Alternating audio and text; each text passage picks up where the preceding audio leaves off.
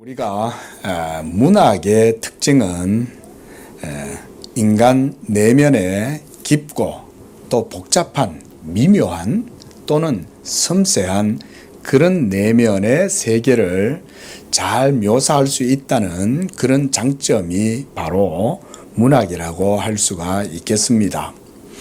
이 시가서, 우리가 성경 속에서도 이런 시가 문학이라고 하는 이런 장르가 있는데 바로 시편이라고 할 수가 있습니다. 시편의 주된 특징은 말씀드렸듯 인간 영혼 내면에 복잡하고 또 섬세하고 미묘한, 정말 뭐라고 설명하기가 쉽지 않은 그런 내용들을 표현할 수 있다는 것이 주된 특징이라고 하겠습니다. 수학이나 과학이나 또는 논리라든가 이런 것들로는 설명할 수 없는 그런 것을 문학은 표현할 수가 있습니다. 그처럼 시편은 우리 성도들의 영혼의 내면을 잘 보여주는 성경이다, 이렇게 말할 수 있겠습니다. 오늘 본문에서도 기자인 다윗의 그 내면의 고뇌를 우리는 살펴볼 수가 있습니다. 2절을 보면 다윗은 자신을 둘러싸고 있는 원수들로 인한 고통을 하나님께 호소하고 있습니다. 나의 원수들이 나를 이겨 개가를 부르지 못하게 하소서.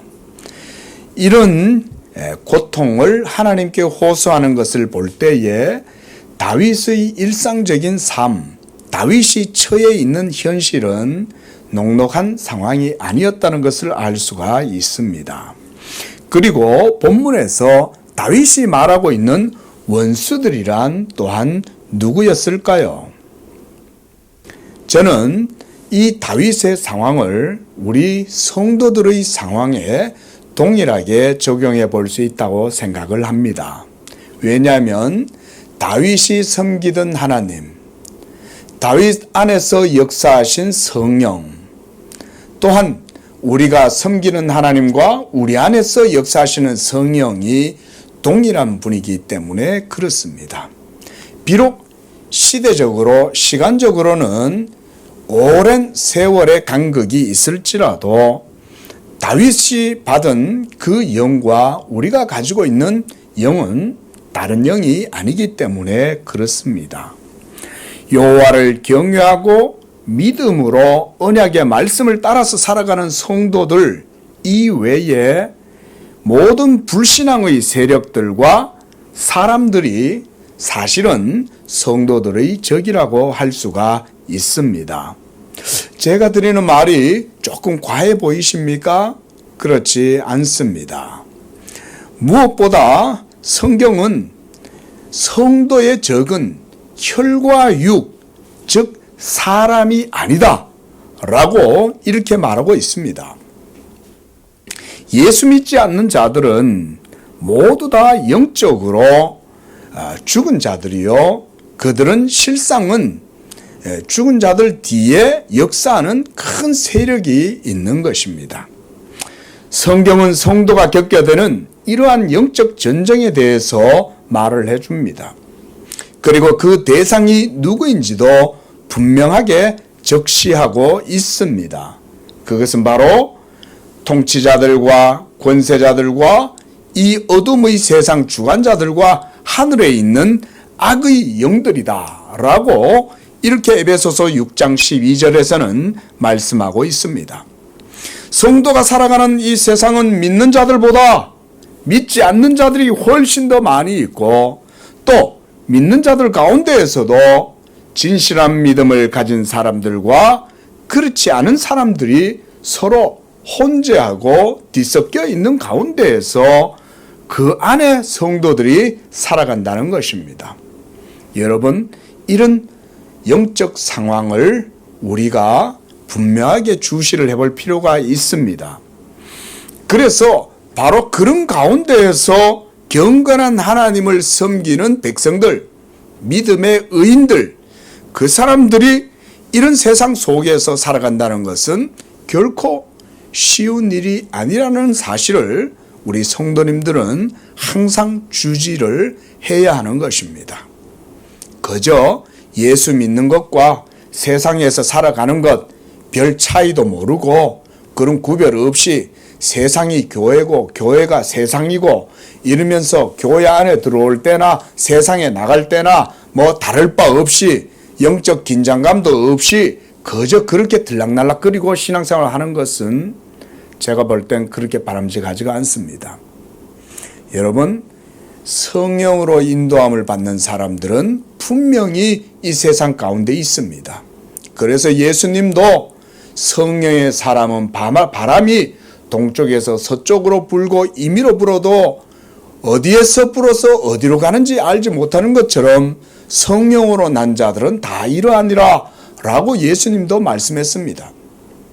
그것이 바로 예수 믿는 성도들입니다. 그들은 이 땅을 살아갈 때 예수 믿지 않는 자들과 함께 공존하면서 살아갑니다.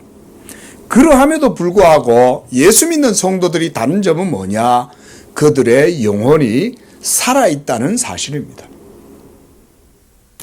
그들은 죽은 영혼이 아니요 그리스도 예수로 말미암아 다시 살리심을 받아 새 생명을 갖고 살아가는 성도들이기 때문에 그들은 이 세상 가운데에서 고뇌하지 않을 수가 없는 것입니다. 그들은 이 세상과 충돌을 경험하지 않을 수가 없는 것입니다. 그들의 가치관, 그들의 세계관, 그들의 삶의 목적, 의미, 이 모든 것들은 이제 그리스도 예수 안에서 전혀 새로운 피조물이 되었기 때문에 바로 이런 일들을 겪는 것은 다반사요, 당연하다고 할 수가 있습니다. 그래서 예수님께서도 이런 세상을 향하여 나아가는 제자들을 보내시면서 이렇게 말씀하셨어요. 마태복음 10장 16절에 보면 내가 너희를 보냄이 양을 이리 가운데로 보냄과 같도다 이렇게 말씀하셨어요. 예수님의 이 말씀이 진실한 것이라면 세상은 이리의 비유가 되는 것이고 성도들은 양이라고 할 수가 있는 것입니다. 어쨌든지 먹잇감을 삼키려고 막 달려드는 그런 이리들 가운데 양들을 주님이 보내신다는 것입니다. 여러분, 예수님만큼 세상을 잘 아는 분이 있을까요? 예수님은 제자들을 세상 가운데로 내보내면서 이리 가운데로 내보낸다 이렇게 말씀하신 것입니다. 그만큼 믿지 아니하는 이 어둠의 세상을 예수님은 이리로 이해를 하시는 것입니다. 또한 요한 1서 3장 13절에서 보면 형제들아 세상이 너희를 미워하여도 이상히 여기지 말라 그랬습니다. 또한 요한복음 15장 18절과 19절에서 보면 주님은 세상이 너희를 미워하면 너희보다 먼저 나를 미워한 줄 알라. 너희가 세상에 속하였으면 세상이 자기의 것을 사랑할 것이나 너희가 세상에 속한 자가 아니요 도리어 내가 너희를 세상에서 택하였기 때문에 세상이 너희를 미워하느니라. 자, 여러분, 오늘 주님이 하시는 이 말씀이 다윗이 경험하고 있는 영적인 고뇌와 일맥상통한 것입니다. 왜 다윗은 자기 주변에 많은 원수들이 둘러싸여 있고 그 원수들 사이에서 그들이 개가를 부르지 못하도록 하나님 나를 도와달라고 이렇게 하나님께 호소하고 있는 것일까요? 바로 불신앙의 세력 가운데 둘러싸여 있는 다윗의 고뇌가 이와 같이 성도들의 고뇌라는 것을 보여주는 것입니다. 제가 여러분에게 말씀드리고자 하는 것이 바로 이것입니다. 우리는 이 사망의 세계 속에서 죽은 자들과 함께 살아가고 있으며 세상은 죄의 종이요 마귀에게 사로잡혀 있고 사망이 그들 가운데 지금도 왕노릇하고 있다는 것입니다. 하지만 그런 세상 속에서 바로 여러분들은 영적으로 살아있는 자들이요 예수의 영으로 말미암아 여러분들에게는 지식이 있고 생명이 있고 여러분들에게는 이 의가 있는 것이요. 성령을 쫓아서 살아가는 여러분들의 삶의 모든 노정은 그리스도 예수 안에 정해져 있고 여러분들의 부르심은 하나님을 향하여 나아가는 것입니다. 바로 이런 리얼리티, 이것이 바로 성도가 처한 상황입니다. 저는 우리가 이런 영적 상황을 바르게 직시하지 않는다면 이런 성경의 본문을 읽어도 이해할 수 없고 다윗의 심정을 함께 공감할 수 없다고 생각을 합니다. 다윗처럼 하나님을 경외하고 성령의 인도하심과 감동 가운데 있는 자들은 자신의 주변에 둘러싸여 있는 이런 불신앙의 세력들을 볼 때에 깊은 괴리와 고뇌를 느끼게 되는 것입니다. 심령이 가난한 자는, 애통하는 자는, 의에 줄이고 목마른 자는, 의로 말미암아 핍박을 받는 자들은 복이 있다. 영적으로 살아가는 사람들에게 이런 팔복에서 말씀하고 있는 고난과 애통함과 갈급함과 상함과 공고함은 필연적인 것입니다. 때로는 그런 불신앙의 세력들이 여러분들이 생각할 수도 없었던 부모가 될 수도 있고 형제가 될 수도 있고 아내와 남편일 수도 있으며 때로는 자식들이 될 수도 있습니다. 여러분, 세상이 여러분을 미워하면 이상하게 여기지 마십시오. 그래서 마가복음 13장 12절과 13절에서는 하나님 나라와 복음에 대해서 주님이 이렇게 말씀하셨어요. 형제가 형제를, 아비가 자식을 죽는데 내주며 자식들이 부모를 대적하여 죽게 하리라. 또 너희가 내 이름으로 말미암아 모든 사람에게 미움을 받을 것이나 끝까지 견디는 자는 구원을 얻으리라. 여러분, 복음에 속하여 하나님 나라 백성으로 살아가는 성도들의 삶이 결코 나긋나긋하고 로맨틱한 그런 종교 생활이 아니라는 점을 여러분 다시 한번 주시하시기를 바랍니다. 우리가 교회 나오고 이곳에서 예배하고 하나님 말씀 듣고 이렇게 영적인 생활을 하는 것, 여러분 이건 낭만이 아닙니다. 제가 누누이 말씀드리지만 이것은 죽고 사는 문제입니다. 여러분들의 영혼이 죽느냐 사느냐, 여러분들의 삶의 중심이 하나님 나라에 있느냐, 이 세상과 타협하고 그저 육적인 것에 휩쓸려서 이 세상의 가치를 따라가면서 적절하게 양다리를 걸치고 그렇게 살아가는 것이 지혜로운 것이냐, 그런 것이 아니라는 것입니다. 누구든지 살고자 하는 자는 죽을 것이요 죽고자 하는 자는 생명을 얻을 것이다 라고 하는 말씀처럼 복음의 신앙은 바로 죽고 사는 문제입니다. 여러분 중간 줄타기란 없어요. 그래서 예수님은 이 복음에 대해서 마태복음 10장 34절에 이렇게 말씀하셨습니다. 내가 세상에 화평을 주러 온 줄로 생각하지 말라. 화평이 아니요 검을 주러 왔노라. 검. 또 누가복음 12장 51절에서는 도리어 분쟁하게 하려 함이다 라고 이렇게 말씀하셨어요. 여러분, 이것이 저는 다윗의 고뇌라고 생각을 합니다. 영적으로 살아간다는 것이 무엇을 의미합니까? 그것은 죽은 자들 가운데, 불법한 자들 가운데 불의한 세력들이 살아가는 이 세상 속에 우리가 던져져 있다는 것을 의미하는 것입니다.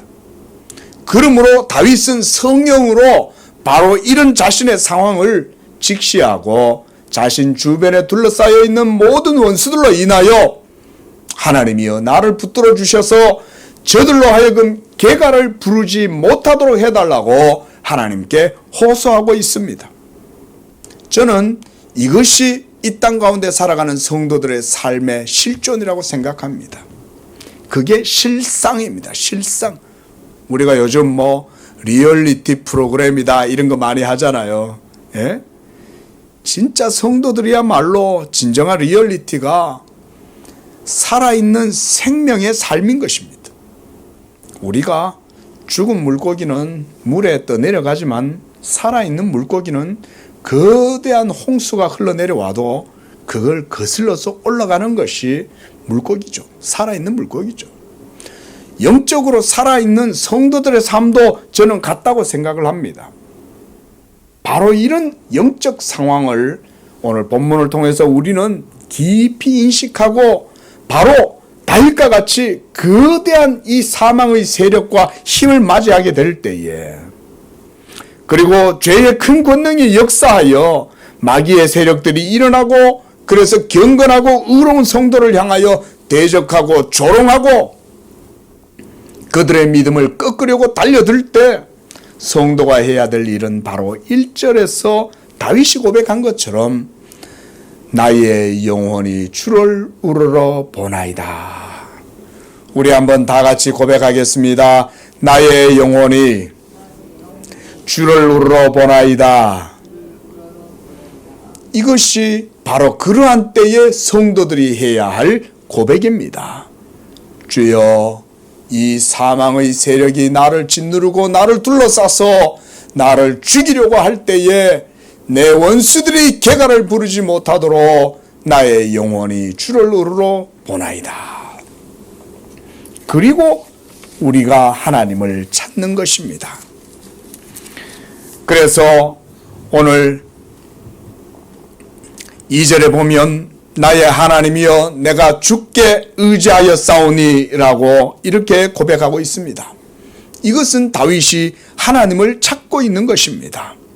무엇보다 다윗은 바로 자신이 찾고 있고 구하고 있는 그 하나님을 일컬어 나의 하나님이다 라고 고백을 하고 있습니다. 할렐루야. 여러분, 하나님은 나의 하나님이 되시는 것이요, 또 우리 양재교회 모든 성도들도 다 우리 주 예수가 나의 하나님이 되는 줄로 믿습니다. 예수를 나의 하나님이라고 고백하지 않는 사람들은 이 사망의 세력 속에서 불의의 세력들 가운데 둘러싸여 있을 때 결코 승리를 얻을 수가 없을 것입니다. 그러나 이제 예수 그리스도를 나의 하나님이라고 고백하고 있다면 그들에게는 도움의 손길이 있고 의지할 능력이 있는 것입니다. 여러분, 예수 그리스도를 나의 하나님이다 이렇게 고백하고 계십니까? 예수님의 제자인 도마는 예수님을 향해 나의 주님이시요 나의 하나님이시니이다 이렇게 고백을 했습니다. 또한 베드로도 마태복음 16장 16절에서 주는 그리스도시요 살아계신 하나님의 아들이신 줄을 내가 믿나이다 이렇게 고백을 한 것입니다. 또한 나사로의 누이 마르다도 예수님을 보고 주는 그리스도시요 세상에 오시는 하나님의 아들이신 줄을 내가 믿나이다 이렇게 고백을 했습니다. 나다나엘도 예수님을 만난 후에 당신은 하나님의 아들이시요 당신은 이스라엘의 임금이로소이다 이렇게 고백을 했습니다. 예수님께 대한 여러분의 이러한 고백은 여러분들이 당한 실존, 리얼리티, 그 상황 속에 있는 모든 고난과 위협과 인생의 깊은 고통 가운데 이기는 힘을 주는 것입니다. 성도들이 누리는 모든 은총과 은사들과 하늘의 신령한 은혜와 복과 능력은 모두 예수 그리스도에게로부터 주어지는 것입니다. 지금 다윗이 2절에서 나의 하나님이여 라고 부르는 바로 그분은 다윗의 주님이신 중보자 예수 그리스도입니다. 다윗은 성령의 감동하심을 받아서 언약의 중보자 되시는 예수 그리스도가 바로 여호와시요 그가 여호와의 말씀이시요 그 말씀이 성령으로 자신에게 주어져 있다는 것을 고백하는 선지자였습니다. 그래서 다윗은 평생에 예수 그리스도를 자신의 반석이요 요새시요 자기를 건지시는 이시며 나의 방패시요 구원의 뿌리시요 산성이라고 고백한 것입니다. 시편 18편 2절에서 여호와는 나의 반석 나의 요새 나를 건지시는 이 나의 하나님 내가 그 안에 피할 나의 바위 방패 구원의 뿔 구원의 산성이다라고 이렇게 고백하고 있습니다. 오늘 본문이 우리에게 주시는 말씀도 바로 이것입니다. 누구든지 예수를 자신의 하나님으로 고백하는 자는 누구도 이제 그리스도 안에 있는 그들을 정죄하거나 그들을 향하여 싸워서 이길 수가 없다는 것입니다. 놀랍게도 본문은 다윗이 이러한 복음의 도를 보고 이 복음의 은총을 노래하고 있다는 것입니다. 그 구약의 시대에 아직 예수 그리스도의 복음이 이루어지지 않은 그 시대였음에도 불구하고 다윗은 이 복음의 은총을 노래하고 있는 것입니다. 그래서 3절 말씀에 보면 주를 바라는 자들은 수치를 당하지 아니한다 그랬습니다. 여기에서 수치란 죄로 말미암아 당하게 되는 여러 가지 어려움과 수치를 말하는 것입니다. 그러나 주를 바라는 자들, 예수 그리스도를 나의 주, 나의 하나님으로 고백하고 그분의 도우심을 바라보는 자들에게는 이와 같이 수치를 당하지 않는다고 말씀을 합니다. 하지만 다윗의 주변에 둘러 진치고 있는 불법한 세력들은 까닭 없이 속이는 자들이라 그랬습니다. 까닭 없이. 여러분, 성도가 이 땅 가운데에서 고난을 당할 때 무슨 연유, 까닭이 있어서 고난을 당하는 게 아닐 때도 많이 있습니다. 까닭이 있어서 당하는 고난은 거의 여러분 자신들의 실책이라든가 잘못된 것 때문에 그런 어려움을 당하는 것입니다. 하지만 까닭 없이 당하는 괴로움은 정말 감당하기가 쉽지 않은 것입니다. 하지만 바로 그때 무엇을 생각해야 되냐? 아, 나의 영이 하나님께 속하였구나. 세상이 너희를 까닭 없이 미워해도 이상한 일로 여기지 마라. 너희가 세상에 속한 자가 아니라 내게 속하였고 내가 너희를 택하였기 때문에 세상이 너희를 미워한다. 여러분, 항상 이 말씀을 여러분들의 마음 한켠에 고이 간직하시기를 바랍니다. 그래서 까닭 없이 연고 없이 여러분들을 공격하고 여러분들이 힘들게 할 때는 바로 그때 내 영혼이 주를 우러러 보나이다. 주는 나의 하나님이시니이다. 이 고백을 그때 하라는 것입니다. 그래서 누구든지 예수 그리스도를 자신의 하나님으로 고백하는 자는 누구도 그들을 정죄하거나 그들과 싸워서 계가를 부르지 못하도록 해 주신다는 것입니다. 여러분, 이 사실을 믿으시기 바랍니다. 우리 성도들이 이 세상 가운데에서 모든 삶의 영역에 여러분들이 가는 곳곳마다 때때로 사람들과의 관계 속에서 이런 어려움을 겪을 때가 있습니다. 그러나 여러분 두려워하지 마십시오. 기도하십시오. 그러면요, 그 어려운 시기에 기도하고 나아가면 하나님이 조금 지나면 까닭 없이 여러분들을 공격하고 여러분들을 멸시하고 진두리려 하는 세력들은 하나님이 말끔히 정리하십니다. 실제로 성도들의 삶 속에 하나님께서 이렇게 역사하십니다. 이 사실을 믿으시기 바랍니다. 우리는 이제 그리스도 예수 안에 감추어졌기 때문에 살아도 주를 위하여 살고 죽어도 주를 위하여 죽는 거예요. 여러분, 죽는 것도 이제는 두려워할 필요가 없습니다. 왜냐하면 예수 그리스도께서 십자가로 사망과 싸워서 사망을 이기고 그의 부활하심으로 말미암아 그의 죽으심으로 사망조차 삼켜버리고 이제 그 죽음을 능가하는 새 생명, 죽지 아니하는 불사의 생명을 부활의 능력으로 우리에게 주신 것입니다. 기자는 3절에서 그 언약의 중보자 예수 그리스도를 믿고 바라는 자들이 수치를 당하지 않는다라고 말씀합니다. 무엇보다 성도는 이 복음의 은총 가운데 특별한 보호하심을 받는 자들입니다. 오늘 우리가 본문을 한번 보십시오. 본문에서 보면 먼저 4절에 주의 도 이런 표현이 있습니다. 또 하반절에서는 주의 길 이런 표현이 있습니다. 또 5절에서는 주의 진리, 또 주의 긍휼하심과 인자하심, 그 다음 7절에서는 주의 선하심, 또 9절에서는 그의 도, 10절에서는 여호와의 모든 길, 언약과 증거, 인자와 진리, 이런 표현들이 나옵니다. 여러분, 이런 모든 표현들은 다 신약으로 말하면 그리스도 예수 안에 있는 하나님의 자비하심과 값없이 베풀어 주시는 복음의 은총들을 구약적으로 이렇게 표현하고 있는 것입니다. 주의 도, 주의 길, 주의 진리, 주의 긍휼하심과 인자하심, 하나님의 선하심, 그의 인자와 진리, 이 모든 것들이 다 예수 그리스도 안에 있는 복음의 은총들이다. 그러므로 우리가 다윗의 이 시편을 통해서 알 수 있는 것은 다윗이 성령으로 하나님께 기도하고 있다는 것입니다.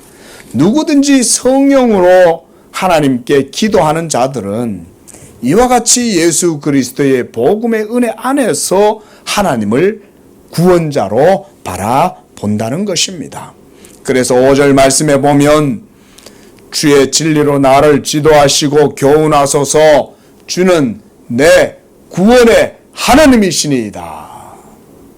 바로 2절에서 나의 하나님이요, 그분이 바로 5절 말씀에서 주는 내 구원의 하나님이니이다 라는 고백과 같은 고백인 것입니다.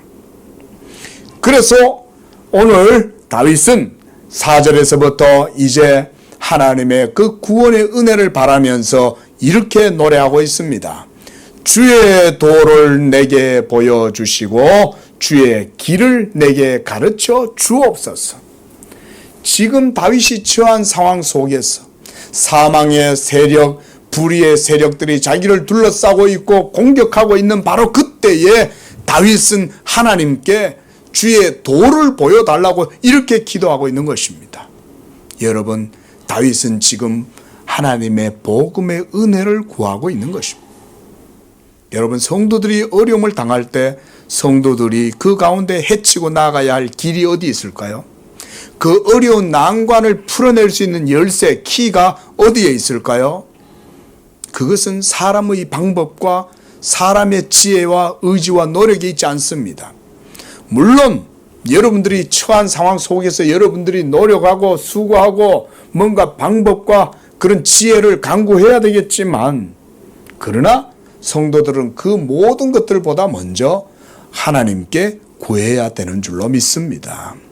먼저는 주님의 도를 구하는 거예요. 그리고 주님의 길을 내게 가르쳐 달라는 것입니다. 무엇이 주님의 도이고 무엇이 주님의 길입니까? 우리에게 주신 예수 그리스도의 복음이 바로 주의 길이고 주의 도라는 사실입니다. 여러분들의 주어진 상황 속에 여러분, 혈과 육이 문제가 아니라 사실은 죄가 문제인 것입니다. 먼저는 성도 속에 역사하는 그 죄의 본성이 여전히 남아 있으므로 항상 이것으로 인해서 성도를 괴롭게 하고 힘들게 하는 것입니다. 그 다음 또한 원수 사탄 마귀는 쉬지 아니하고 하나님의 택하신 자들조차도 삼키려고 노력하고 있습니다. 이런 가운데에 성도들이 하나님께 기도할 때 주의 도를 내게 보여주시고 주의 길을 내게 가르치소서. 하나님의 길이란 바로 예수 그리스도입니다. 주의 도란 바로 예수 그리스도 복음의 도를 의미하는 것입니다. 놀랍게도 이 복음의 도, 진리는 사람들의 눈에 감추어져 있습니다. 그런데 성도가 불의의 세력에 둘러싸이고 위협을 당하고 고뇌하는 가운데에 그들은 무엇을 찾느냐?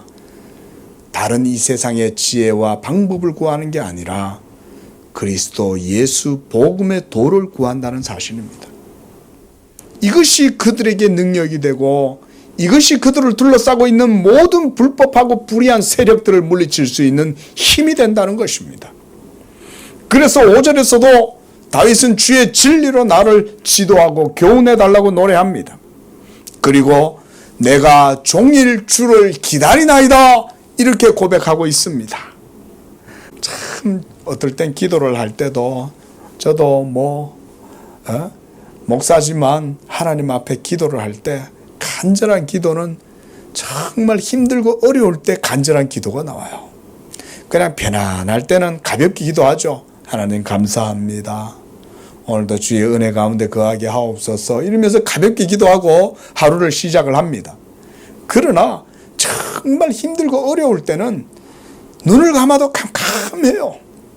또 내 힘으로 어찌할 수 없는 상황이 되고 위급한 상황이 되었을 때는 무엇을 기도해야 될지도 모를 정도로 마음이 갑갑하고 그래서 숨이 탁 막히고 사방이 전부 다 온통 둘러싸여 있을 때 바로 그때 간절한 기도가 생깁니다. 성령의 은혜를 믿으시기 바랍니다.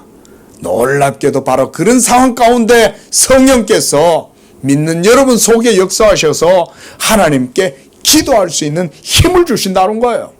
저는 벌써 우리가 새벽 기도 때마다 이 시편을 많이 묵상을 하고 통독을 하면서 시편을 봤습니다. 제가 시편을 보는 가운데 한 가지 크게 깨달은 게 있어요. 바로 영혼의 깊은 고뇌 가운데에 처한 그 시편 기자가 처음에는 고통하고 괴로워하고 외로워하고 그래서 밤에 우는 당아새처럼 멀리 날아가는 새처럼 외로워서 막 울부짖고 있다가 그가 기도하기 시작하고 하나님께 도움을 구하고 나서부터는 그가 신앙 고백으로 그 모든 고뇌가 바뀌었다는 사실입니다. 제가 이걸 보면서 시편이 굉장히 은혜가 됐어요. 처음에는 괴로웠어요. 너무나 둘러싸여 있는 현실과 상황이 너무나 힘든 거예요. 오늘 다윗이 처한 상황처럼 주변에 너무나 많은 원수들로 둘러싸여 있는 거예요. 그런데요, 놀랍게도 그때 하나님께 기도할 때 하나님께서 힘을 주심으로 이와 같이 믿음의 고백을 하고 그래서 수치를 당하지 아니하고 원수들이 개가를 부르지 못하도록 하고 수치를 당하게 하옵소서 라고 하는 믿음의 고백이 나오고 그 안에서 도리어 주의 도를 내게 가르치시고 주의 말씀 진리로 나를 교훈하소서 이런 기도가 나온다는 거예요. 이게 참 우리가 이해하기 어려운 거죠. 하지만 성령께서 하나님의 종들을 도우시고 그래서 종들이 간절히 주의 은혜를 바라볼 때 바로 이런 복음의 은혜 안에서 하나님의 도우심을 경험하게 된다는 것입니다. 6절 말씀도 보십시오. 다윗의 고백이 점점 더 깊어지고 있습니다. 여호와여 주의 긍휼하심과 인자하심이 영원부터 있었사옵나이다. 이렇게 고백하고 있습니다. 여러분 지금 이 어려운 상황 속에서 다윗이 하나님의 긍휼과 인자하심이 영원부터 있었다라는 사실을 고백하고 있다는 거예요. 저는 바로 이런 것이 하나님의 선택에 대한 깊은 확신이라고 생각을 합니다. 그래서 때때로 하나님께서는 성도들로 하여금 온전한 고백 가운데로 나아가도록 저는 고난을 허락하신다고 생각을 합니다. 우리는요, 연약한 몸을 가지고 있기 때문에, 연약한 인성을 갖고 있기 때문에 여러분 즐겁고 평안하게만 냅두면요, 믿음 생활 제대로 하지 않습니다. 우리는요, 조금만 평안하면 금세 주님 떠납니다. 금세 기도하지 않습니다. 금세 하나님 잊어버립니다. 하지만 이런 실존적 상황 가운데에서 죄와 사망과 불의한 세력들이 내 주변에서 나를 바라보면서 조롱하고 있고 멸시하고 있고 미워하고 있다는 사실을 느끼고, 그럴 때마다 성도는 하나님의 도우심과 구원을 바라보는 것입니다. 그리고 그 속에서, 깊은 고뇌 속에서 하나님의 긍휼하심과 인자하심을 바라보게 된다는 것입니다. 여러분, 이것이 바로 복음의 신앙입니다. 예수 그리스도의 복음은 하나님의 자비가 그 원천이다, 이렇게 말씀을 드렸어요. 여러분, 예수 믿는 성도들이 그래서 흔들리지 않는 거예요. 불의의 세력이 아무리 여러분을 둘러 덮치고 홍수처럼 여러분을 덮쳐도 하나님의 의인, 믿음으로 사는 성도들은 그 가운데에서도 흔들리지 않는 것입니다.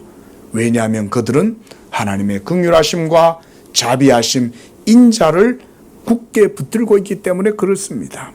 특별히 다윗은 이것이 영원부터 있었다. 예수 믿는 우리 모든 성도들에게 주신 이 구원의 은혜는 영원전부터 작정된 줄로 믿습니다. 이것을 고백하는 성도들은 그 어떤 상황에서도 흔들리지 않습니다. 사도 바울이 고백한 것처럼 사망이나 권세자들이나 어둠이나 기품이나 아무것도, 그 어떤 세력들도 그리스도 예수 안에 있는 하나님의 사랑에서 우리를 빼앗아갈 수 없다. 이런 믿음의 고백이 지금 다윗의 고백이라는 것입니다. 그리고 다윗은 7절에서 주의 인자하심을 따라 주의 선하심으로 자신의 안에 있는 연약한 죄에 대한 고백을 합니다. 하나님 앞에서 우리는 날마다 이 죄를 고백해야 됩니다. 우리 속에 우리를 힘들게 하고 어렵게 하는 것은 바로 이 죄 문제 때문에 그런 것입니다. 그러나 우리가 날마다 이런 어려움을 겪을 때마다 하나님 앞에 자신을 돌아보는 이런 마음도 필요합니다.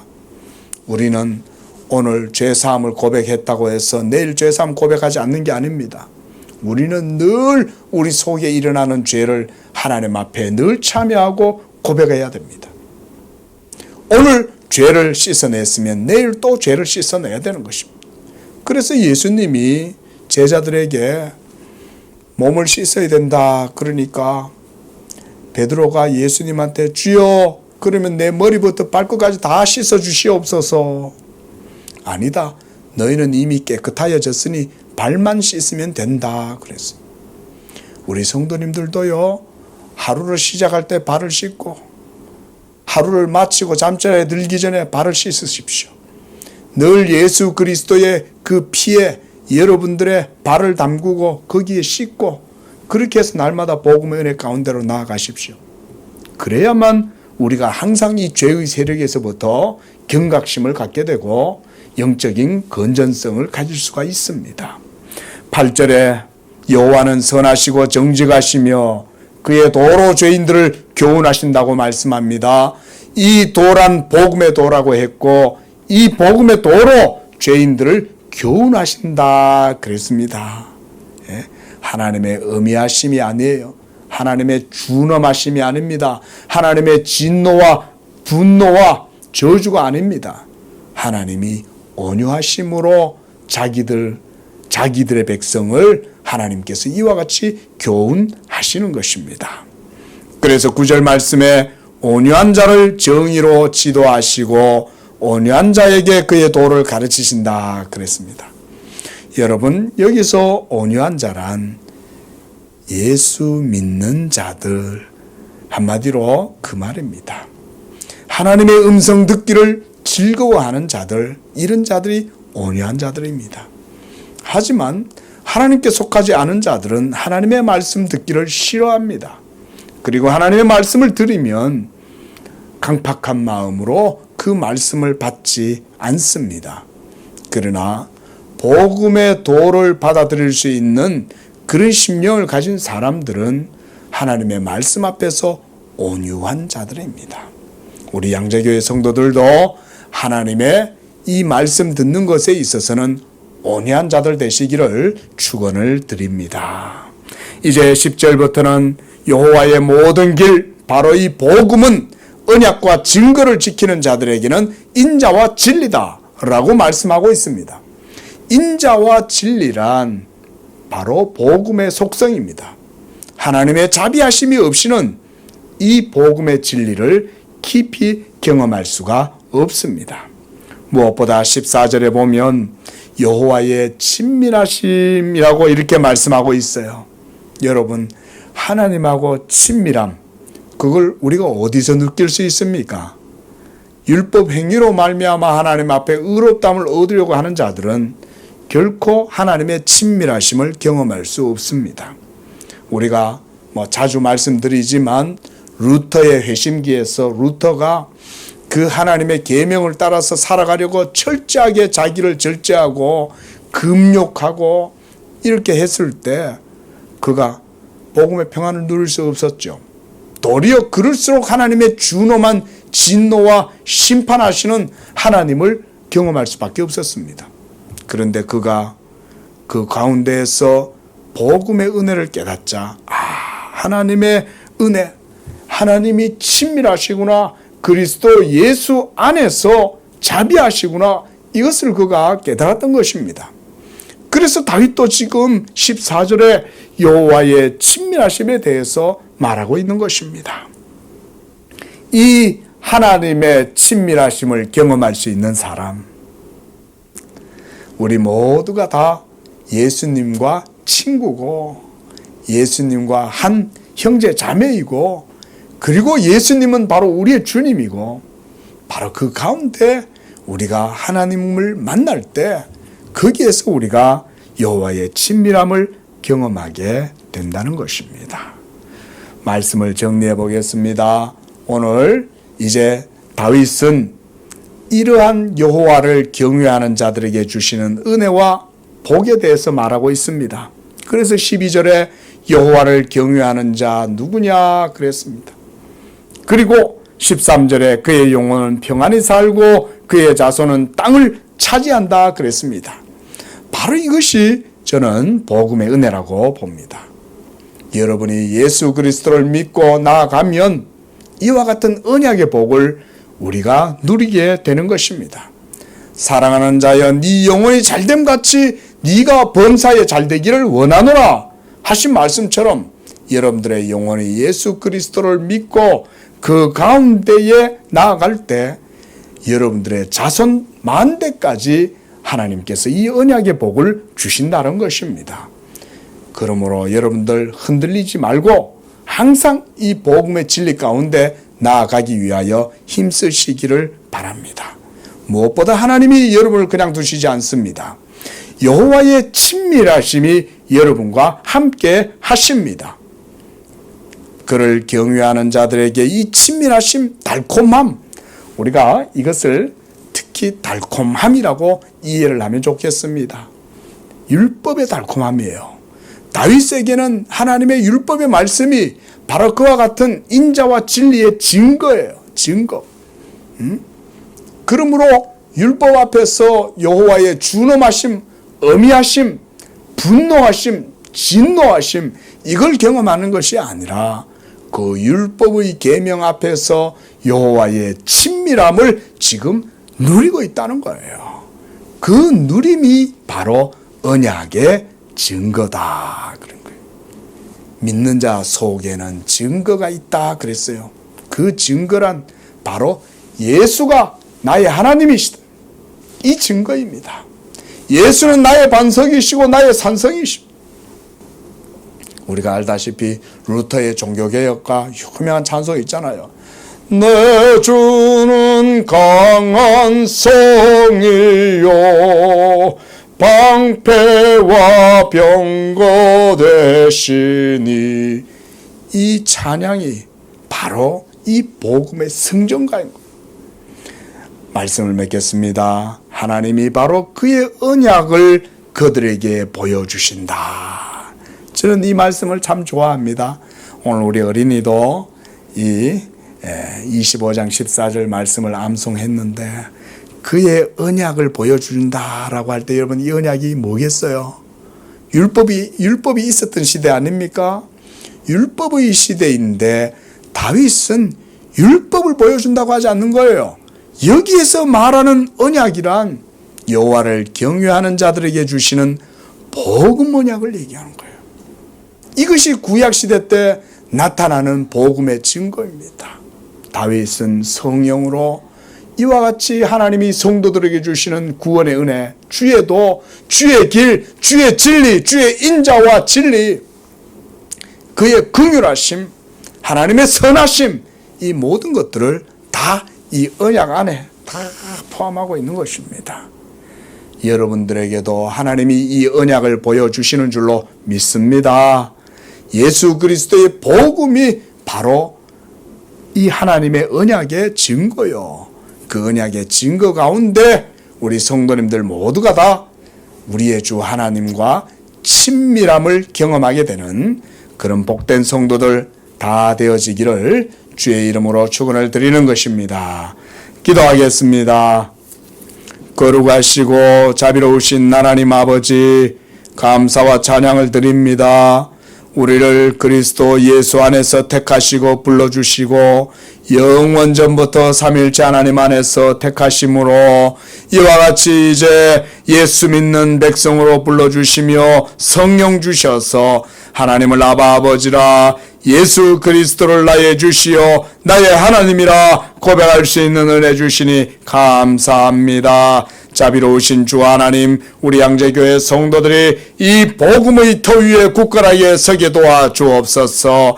복음의 사람으로, 성령의 사람으로 이 땅 가운데 살아갈 때에 불의의 세력, 사망의 세력들이 우리를 둘러치고 엄습할지라도 우리는 그 가운데에서도 우리의 눈을 들어 하늘을 바라보고 우리의 구원 주시오 나의 하나님 그 예수 그리스도를 찾을 수 있도록 은혜 내려 주시기를 원합니다. 그 가운데에서 하나님께 기도할 때에 우리 성도들의 마음을 열어주셔서 천상에서 승리하신 예수 그리스도를 보게 하시고 십자가에서 모든 의를 이루시사 자기의 죽으심으로 사망까지 죽이신 그 승리하신 그리스도를 바라보고 그 가운데에서 주의 도를 배우고 주의 인자하심과 주의 진리와 주의 긍휼하심과 주의 선하심과 무엇보다 복음의 은혜를 깊이 누리는 우리 양재교회 성도들 되도록 저들의 모든 심령을 굳게 붙들어 주시고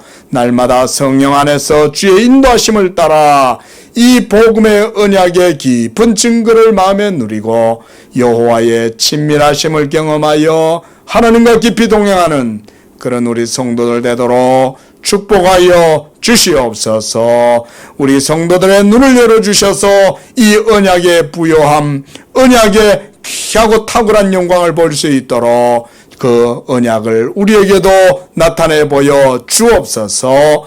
거룩하신 예수님의 이름으로 기도합니다. 아멘.